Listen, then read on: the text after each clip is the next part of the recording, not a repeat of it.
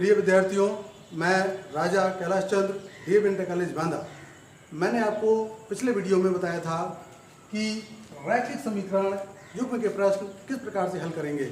छात्रों देखिए, मैंने आपको बताया था कि रैखिक समीकरण के प्रश्न 3 प्रकार से हल किए जाते हैं। अब देखिए बच्चों, आपको आज मैं जो प्रश्न बताने वाला हूँ वो परीक्षा उपयोगी प्रश्न है, जो कि कठिन प्रश्न है और ये कठिन प्रश्न आपकी परीक्षाओं में आते हैं। देखिए, इसको शुरू करते हैं। देखिए छात्रों, मेरा जो प्रश्न है उसमें लिखा हुआ है, एक छात्रावास के मासिक व्यय का एक भाग नियत है। आप जानते हैं छात्रों कि अगर हम कहीं पर किसी छात्रावास में रहते हैं तो हम उस छात्रावास में चाहे 10 दिन रहें, चाहे 20 दिन रहें, परंतु हमको किराया पूरे माह का देना पड़ता है। तो छात्रावास का जो व्यय है वो नियत है। इसका अर्थ हुआ है कि माह का किराया एक नियत होता है। आगे लिखा है, तथा शेष इस पर निर्भर करता है कि छात्र ने कितने दिन भोजन लिया है।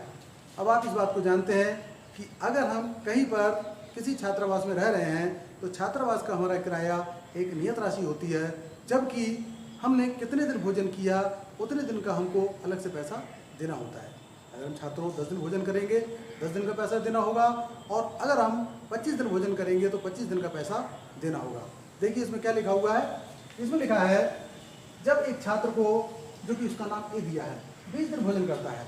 अगर कोई छात्र 20 दिन भोजन करता है तो 1000 रुपये छात्रावास को देना पड़ता है, मतलब उस छात्र को 1000 रुपये देना होगा। इसका मतलब क्या हुआ? अब हम क्या करते हैं, मान लेते हैं। माना कि छात्रावास का व्यय, या इसको बच्चों किराया भी कह सकते हैं, X रुपए। दूसरी चीज, प्रतिदिन भोजन का व्यय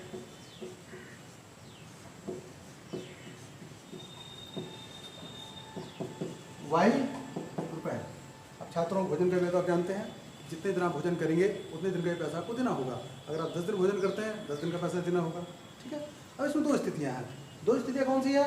पहली स्थिति है, छात्र एक ही 20 दिन भोजन करता है और 1000 रुपये देता है। देखते हैं। तो स्थिति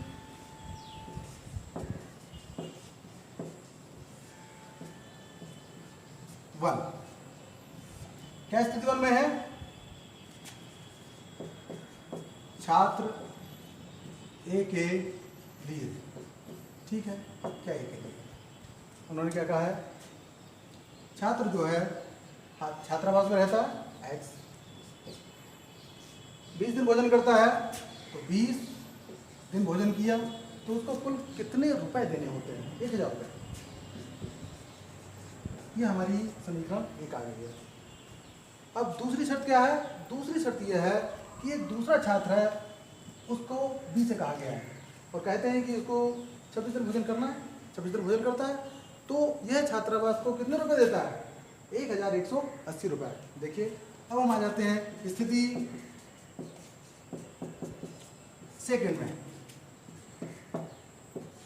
B छात्र के लिए,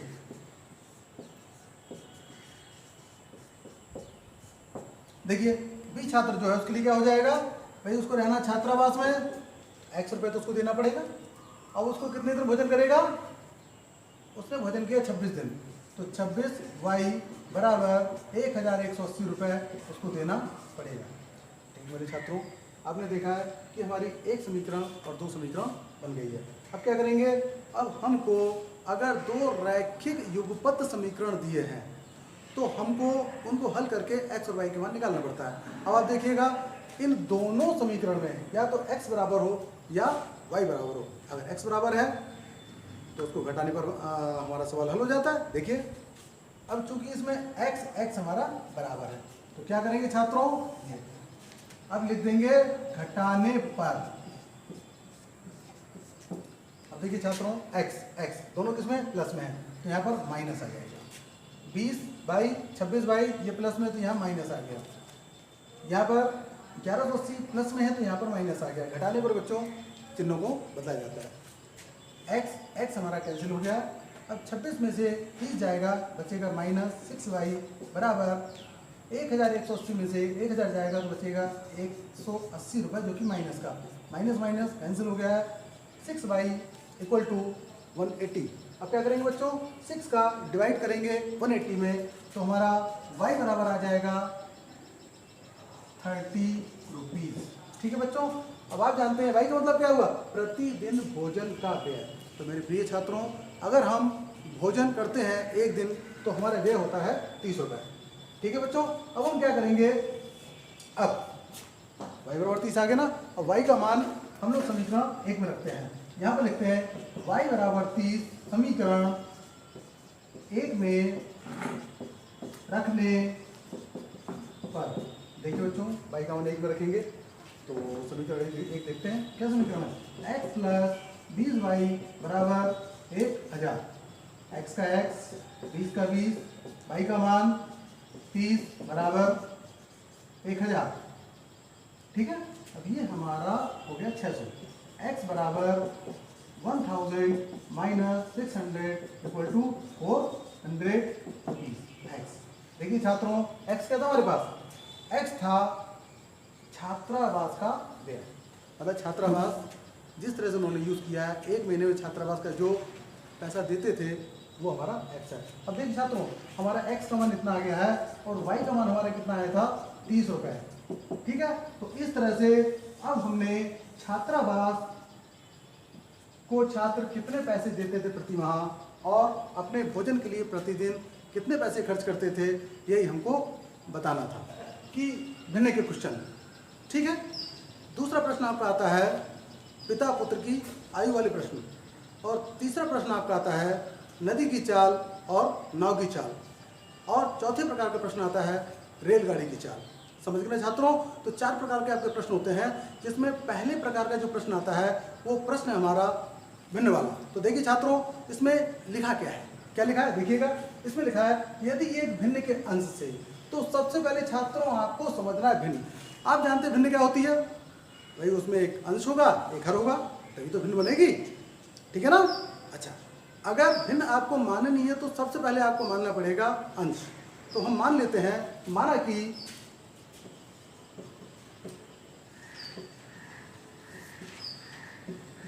अंश बराबर x, फिर हर क्या मान लेते हैं, माना कि हर बराबर y।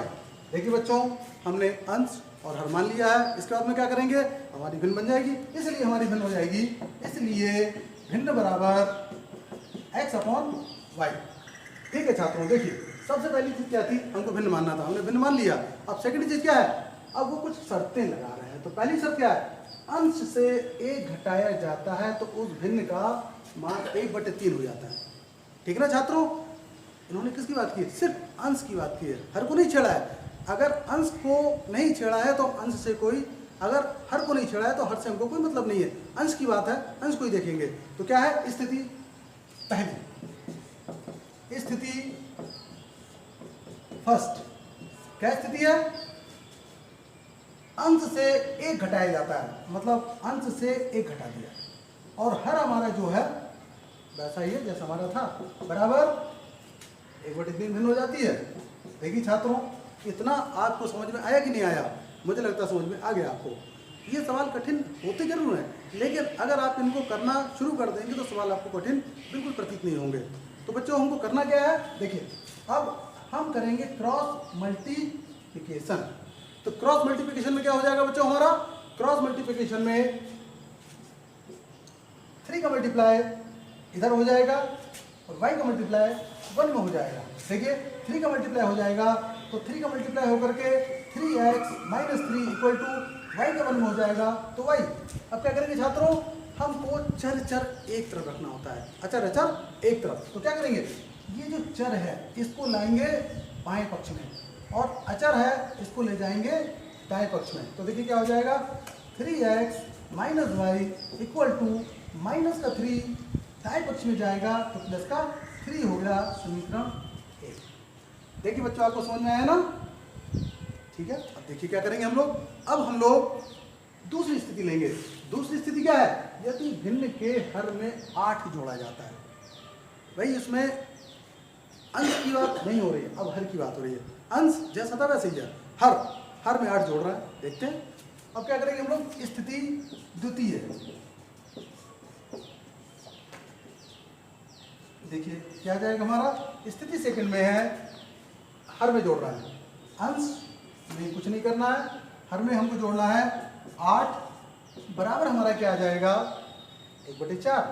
तो देखिए प्रिय छात्रों 1/4 हमारा आ गया है। अब इसका क्रॉस मल्टीप्लिकेशन होता है, आप जानते हैं क्रॉस मल्टीप्लिकेशन में हर का गुणा अंश में और यहाँ हर का गुणा अंश में। देखिए क्या करते हैं, ये हमने चिन्ह लगा दिया आपको अच्छी तरह समझ में आने के लिए। 4 का गुणा x में 4x इक्वल टू इसका मल्टीप्लाई 1 में y प्लस 8। अब क्या करेंगे, जैसे हमने आपको पहले वीडियो में बताया था कि हमको चर संख्या एक तरफ लाते हैं और चर संख्या एक तरफ। तो देखिए क्या करेंगे, चर हमारा जो है इसको हम बाएं पक्ष में लाते हैं तो हो जाएगा 4x minus y equal to 8। अब बच्चों ये हमारी समीकरण दूसरी हो गई है। देखिए अगर हमारे पास समीकरण 1 और 2 हो जाती है तो हम उनको हल करके x और y के मान प्राप्त कर सकते हैं। देखिए छात्रों हम दोनों समीकरणों को यहाँ लिखते हैं। पहली समीकरण 3x minus y equal to 3, एक थी हम एक लिख देते हैं। दूसरा क्या था 4x minus y equal to 8, इसको भी लिख देते हैं। भाई क्या करते हैं, हमको दो चर में से एक को बराबर दिखना चाहिए, भाई बराबर है, ठीक है भाई ये अच्छी बात है। तो इसको हम कर देंगे घटाने पर, यहाँ प्लस है माइनस, यहाँ माइनस है प्लस, यहाँ पर क्या है कुछ नहीं है मतलब प्लस है तो यहाँ पर माइनस, वाई को कैंसिल करेंगे। अब देखिए माइनस 4x बड़ा है, प्लस का 3x छोटा है, तो इस 4x में से 3 जाएगा तो माइनस x बचेगा बराबर, माइनस का 8 बड़ा है, 3 प्लस का छोटा है, 8 में से 3 जाएगा माइनस 5।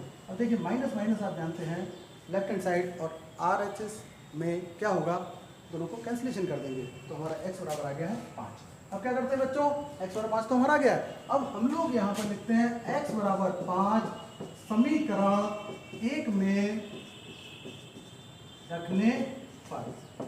अब मेरे प्रिय विद्यार्थियों आपको इस बात को बहुत ध्यान रखना पड़ेगा, जैसे हमने आपको लिख दिया है कि x बराबर 5 समीकरण 1 में रखने पर, इसका मतलब ये नहीं हुआ कि समीकरण 1 ही में रख सकते हैं, इसको हम समीकरण 2 में भी रख सकते हैं। हमारा लक्ष्य ये होता है कि x और y के मान प्राप्त करना। तो मेरे प्रिय विद्यार्थियों आप समझ गए होंगे कि हम x का मान समीकरण 1 में भी रख सकते हैं, 2 में भी रख सकते हैं। तो समीकरण 1 में रखने पर देखिए समीकरण 1 हमारी क्या है 3x माइनस वाई बराबर 3, ये समीकरण 1 थी, ठीक है ना। अब क्या करते हैं x बराबर 5, 3 इसका मान 5 माइनस वाई बराबर 3। अब ये हो गया आपका 15, उसको उधर भेज देंगे, माइनस वाई बराबर 3, ये उधर जाएगा तो माइनस का 15 हो गया।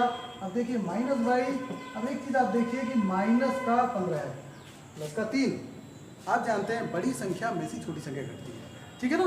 तो 15 में से 3 जाएगा 12 बचेगा,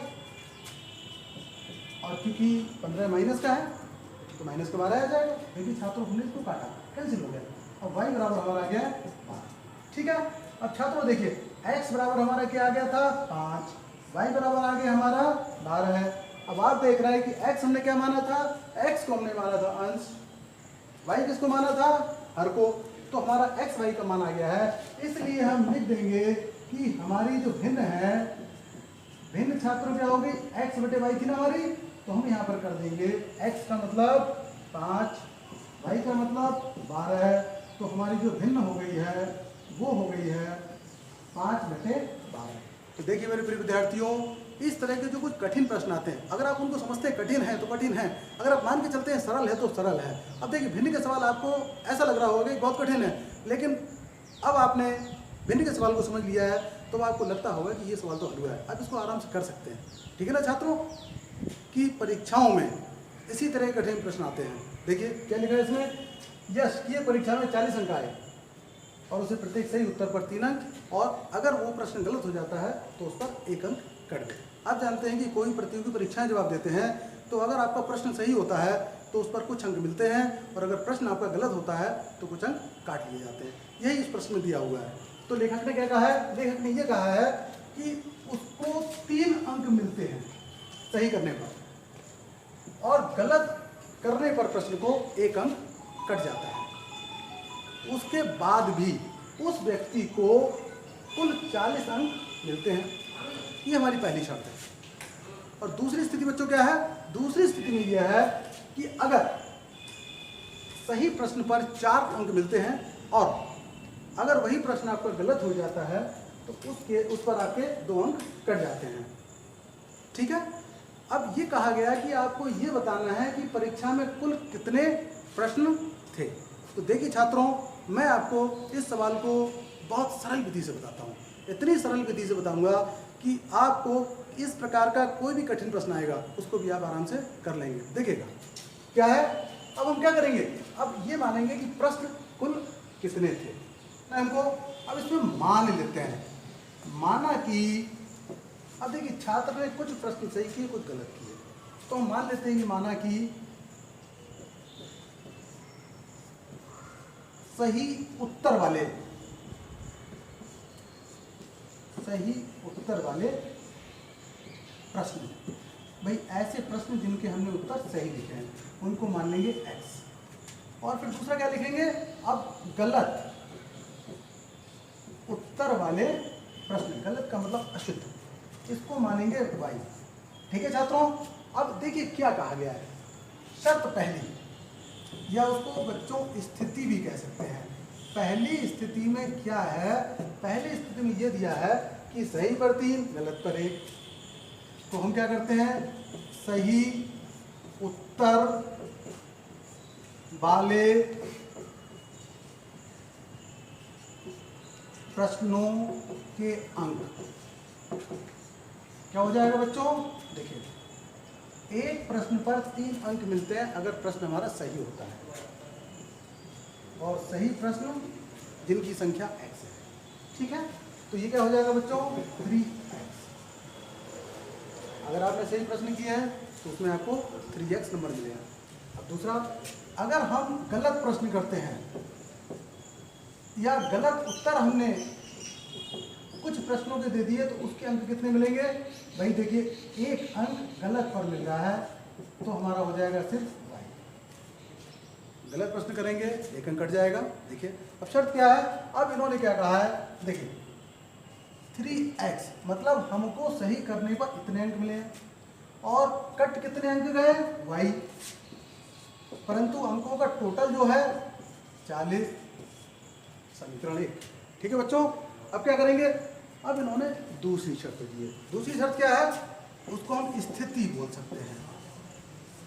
स्थिति सेकेंड, क्या स्थिति है। अब इसमें भी वही चीज है, सही उत्तर वाले प्रश्नों के अंक। भाई एक प्रश्न सही होगा तो 4 अंक हमको मिलेंगे, तो टोटल हमारे अंक हो गए 4x। अगर प्रश्न गलत हो गया तो हम यहाँ पर कर देते हैं गलत उत्तर वाले प्रश्नों के अंक। क्या हो जाएगा, इन्होंने क्या कहा है, 2 अंक हमारे कट जाएंगे। 2 × y = 2y। अब देखिए बच्चों, अब क्या है, इसके बावजूद उसको अंक कितने मिलेंगे व्यक्ति को, कहाँ लिखा है 50 अंक मिलते हैं। तो क्या हो गया हमारा, ये हो जाएगा 4x - 2y = 50। ये समीकरण 2। अब देखिए बच्चों हमारे पास 2 समीकरण आ गई है। अब हम इसको हल कैसे करते हैं, यहाँ पर एक लाइन खींचते हैं। देखिए पहली समीकरण हमारी ये है 3x - y = 40, समीकरण 1 थी।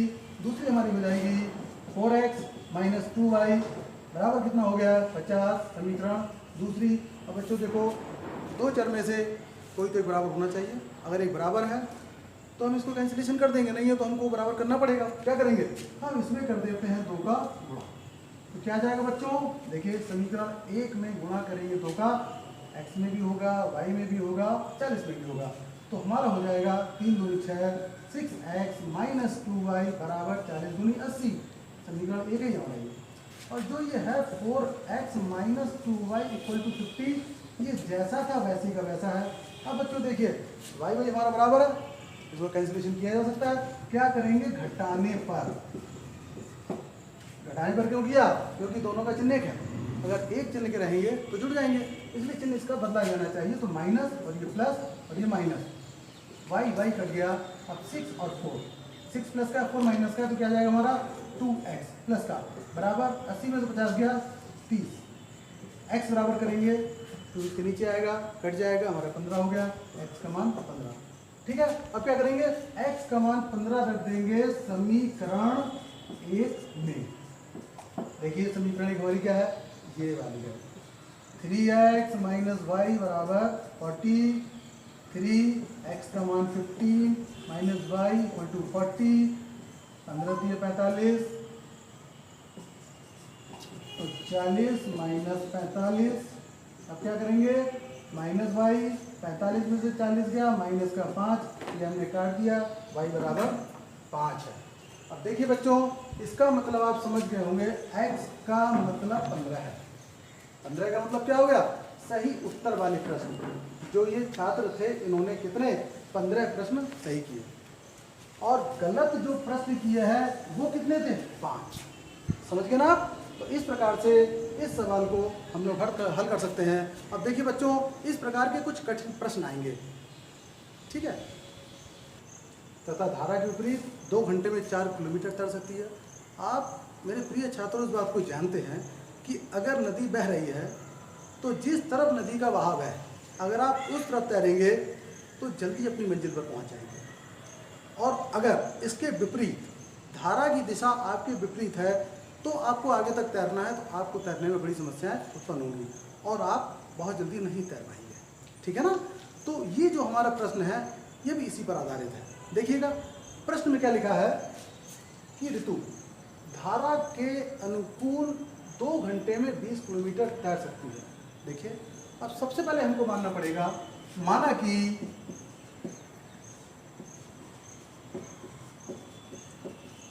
ऋतु की कौन सी चाल, तैरने की चाल। अब बच्चों, चाल को चलना मत समझिए कि हम दौड़ रहे हैं, ये वाली चाल है तैरना। भाई तैरना है उसको चाले तो बोलेंगे। देखिए उसको मान लेते हैं x किलोमीटर प्रति घंटा प्रति आवर, किलोमीटर पर आवर, ठीक है। दूसरा मानेंगे पानी की धारा की चाल। पानी की जो धारा होती है या उसे बहाव भी कह सकते हैं, चाल बराबर y किलोमीटर प्रति घंटा। ठीक है बच्चों, ये हमने किया है। अब हमारी जो 2 शर्तें हैं उनको भी देखना पड़ेगा। आप बच्चों एक चीज़ इस बात को अच्छी तरह जानते हो कि अगर कोई व्यक्ति यहाँ से धारा के साथ में, भाई ये धारा की चाल है और ये व्यक्ति की है, तो क्या होगा, इसकी चाल और इसकी चाल प्लस हो जाएगी ना। धारा के अनुकूल तैरना, लिख दो यहाँ पर, धारा के अनुकूल चाल। दूसरी चीज और समझ लीजिए, दूसरी चीज क्या है, धारा के विपरीत। भाई ये धारा जा रही है, ये व्यक्ति, तो क्या हो जाएगा, ये धारा के विपरीत,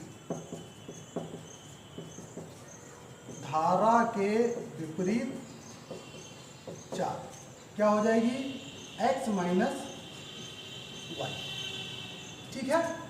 ये किलोमीटर प्रति घंटा होती है, किलोमीटर प्रति घंटा। अब मुझे लगता है कि सवाल करना आपके लिए काफ़ी आसान हो जाएगा।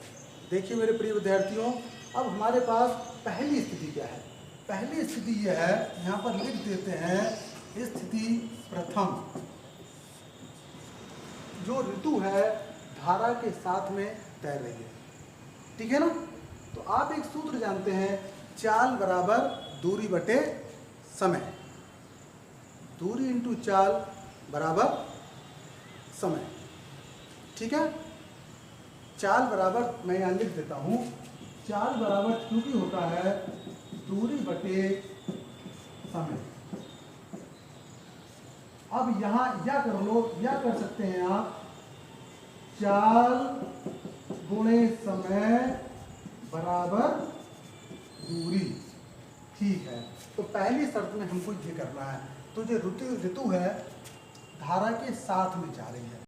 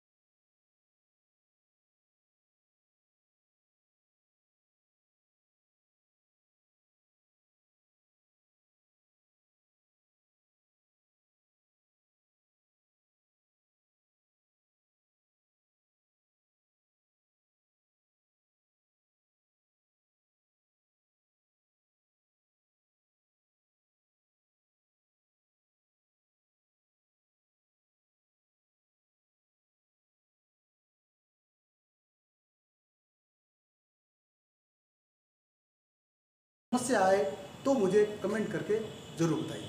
ठीक है।